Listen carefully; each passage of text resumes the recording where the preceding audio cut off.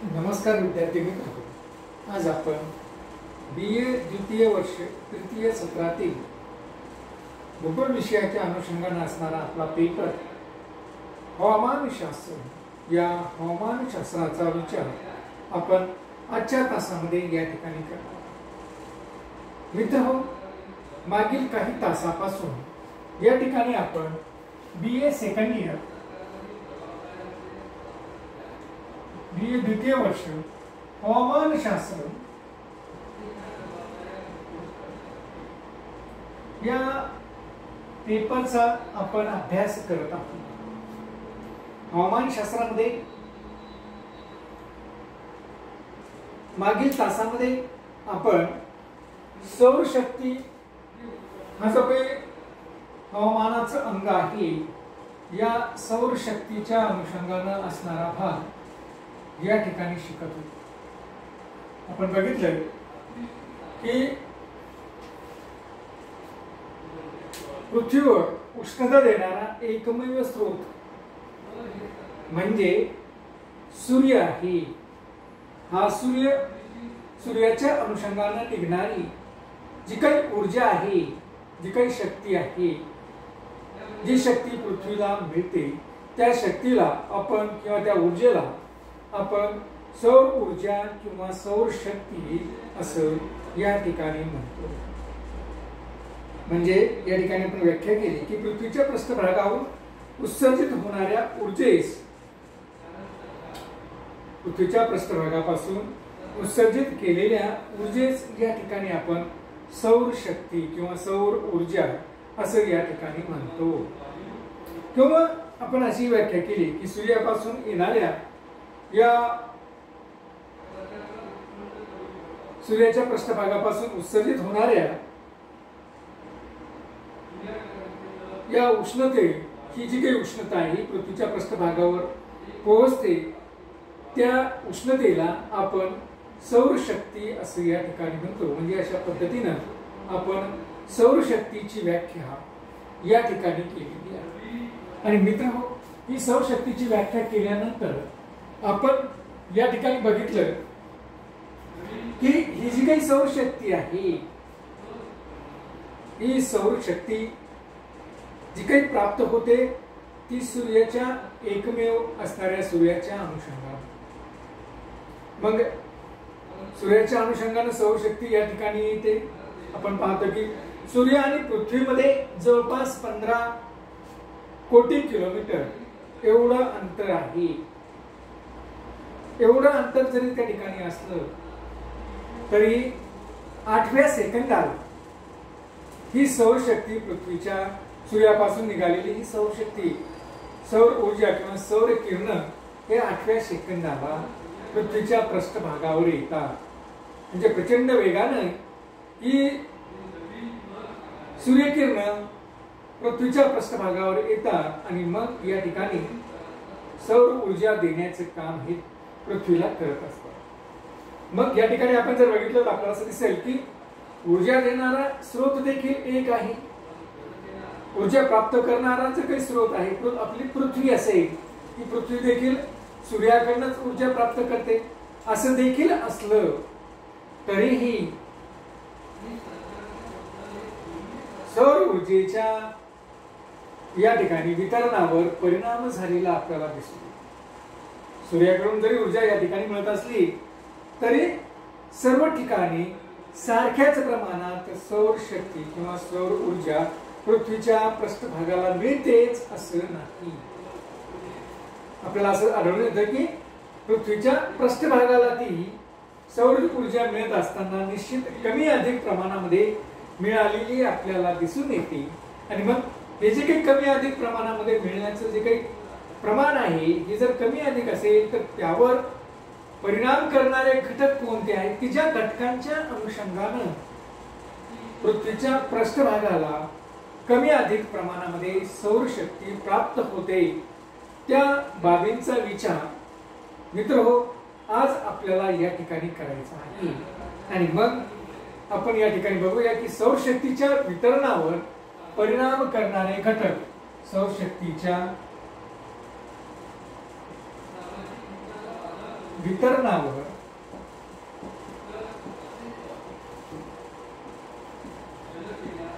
परिणाम करणारे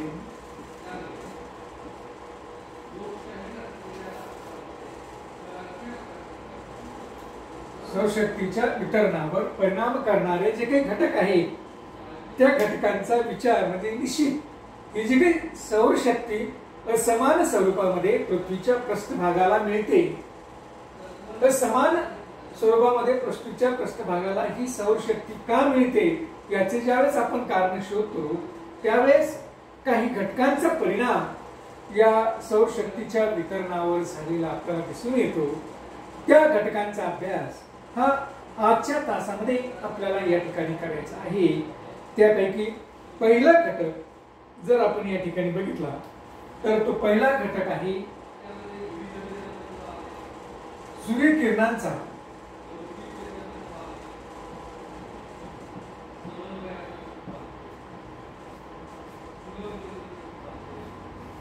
भूपृष्ठाशी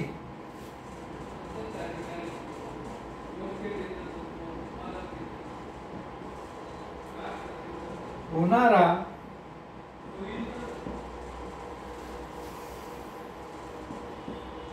कोन, सूर्यकिरणांचा भूपृष्ठाशी होणारा कोन यालाच आपण अक्षांश असं म्हणतो.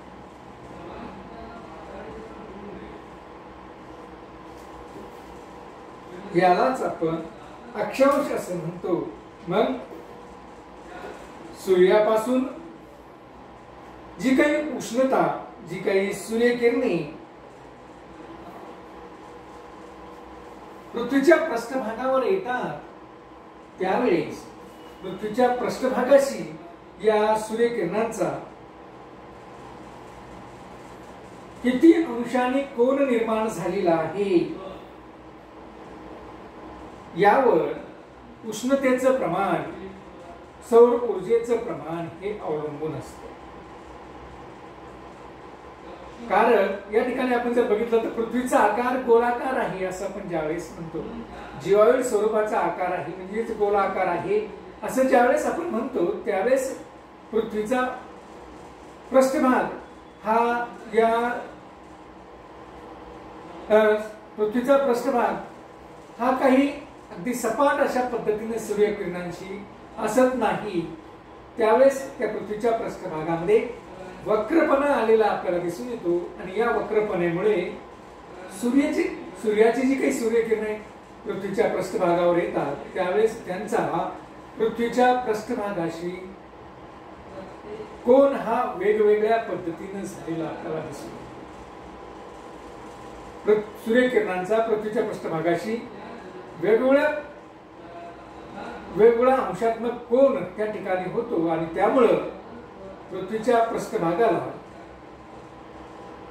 सूर्यकिरणांमार्फत मिळणारी सौरशक्ती देखील, सौर ऊर्जा देखील कमी अधिक प्रमाणामध्ये मिळते.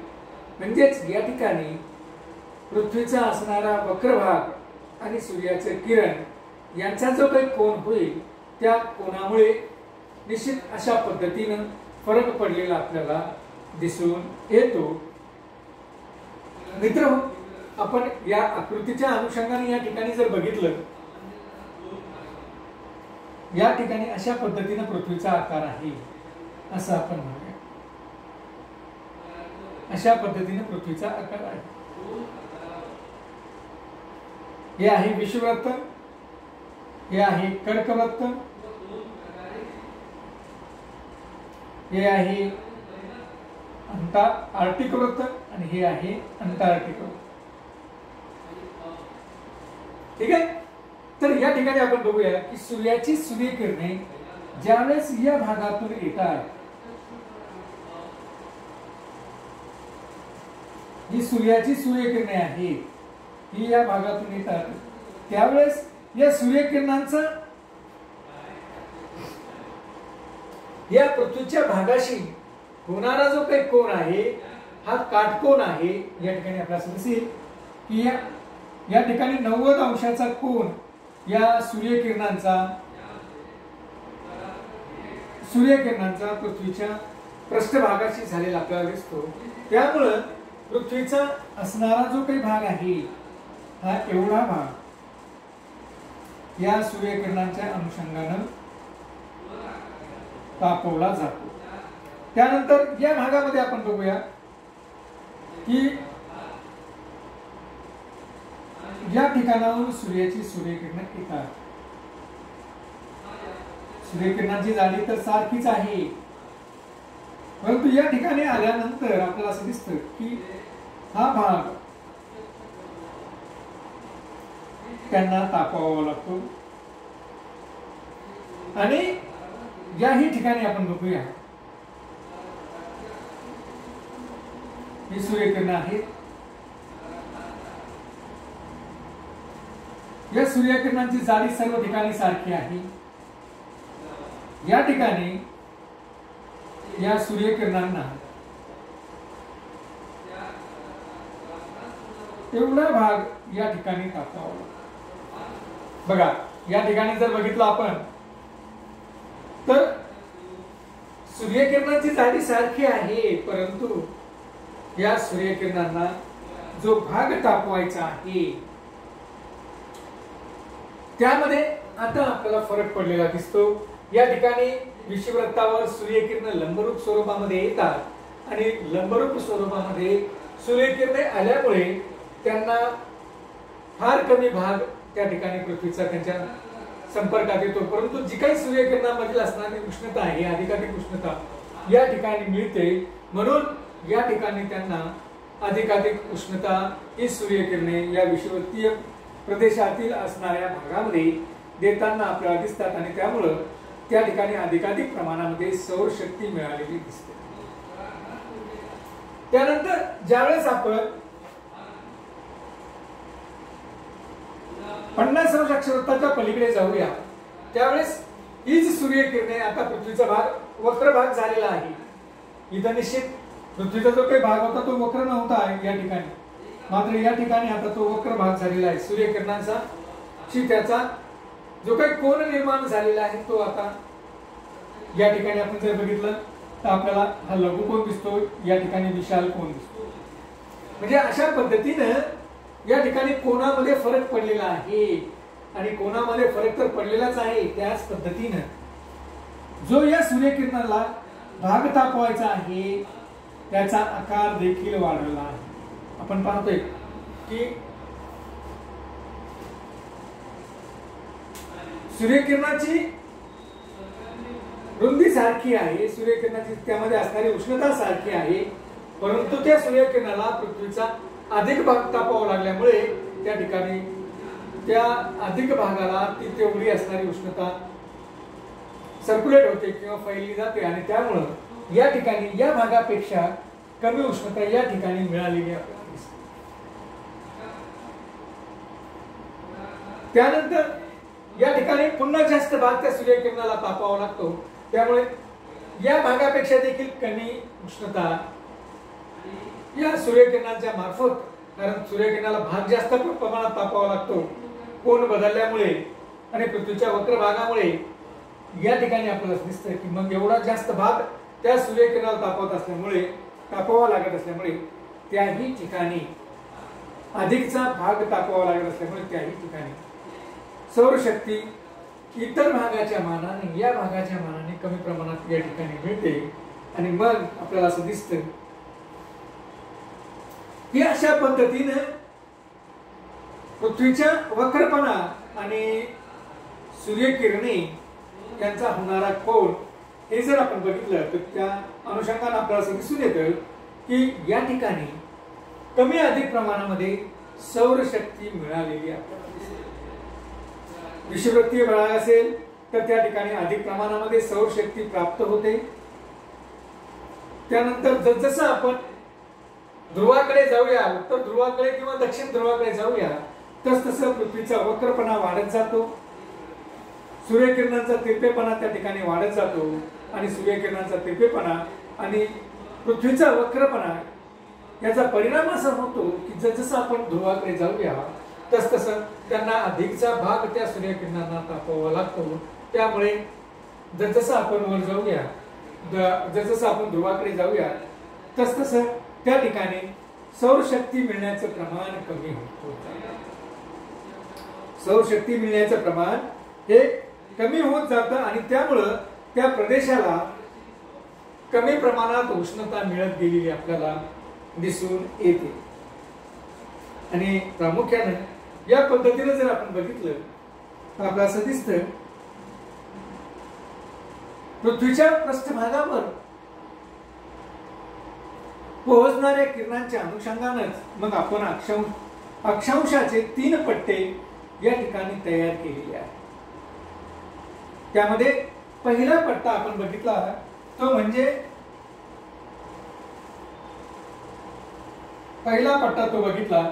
म्हणजे विषुववृत्तापासून 23.5 अंश अक्षवृत्ताच्या दरम्यान असणारा उष्ण कटिबंधीय प्रदेश किंवा उष्ण हवामानाचा पट्टा, त्यानंतर समशीतोष्ण हवामानाचा पट्टा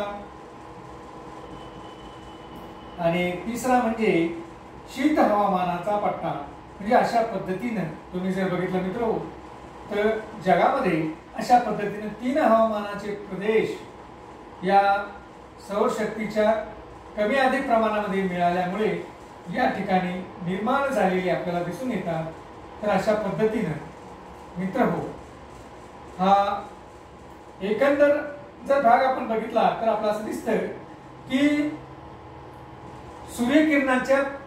सूर्यकिरणांचा भूपृष्ठाशी होणारा कोन कसा आहे, या कोनावर देखील कोणत्या प्रदेशात जास्त सौरशक्ती मिळते आणि कोणत्या प्रदेशात कमी सौरशक्ती मिळते हे देखील आपल्याला स्पष्ट करता येते. आणि त्यामुळं त्या प्रदेशामध्ये उष्णता अधिक आहे की कमी आहे हेही यातून दिसून येतं.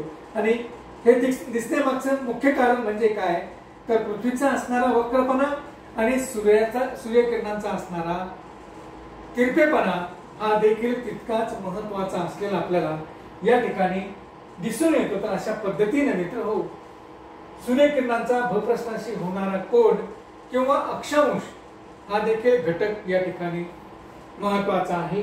अक्षांश का तर आपण बघितलं की जसं आपण विषुववृत्ताकडे जाऊया, जसं आपण विषुववृत्ताकडून दोन्ही ध्रुवाकडे जाऊया, म्हणजे जसं अक्षांशामध्ये बदल होत जातात, जसं आपण उच्च अक्षांशाकडे जातो तसं उष्णता कमी कमी झालेली आपल्याला दिसते. म्हणजे अक्षांशाचा देखील परिणाम हा सौरशक्तीच्या वितरणावर झालेला आपल्याला दिसून येतो. धन्यवाद.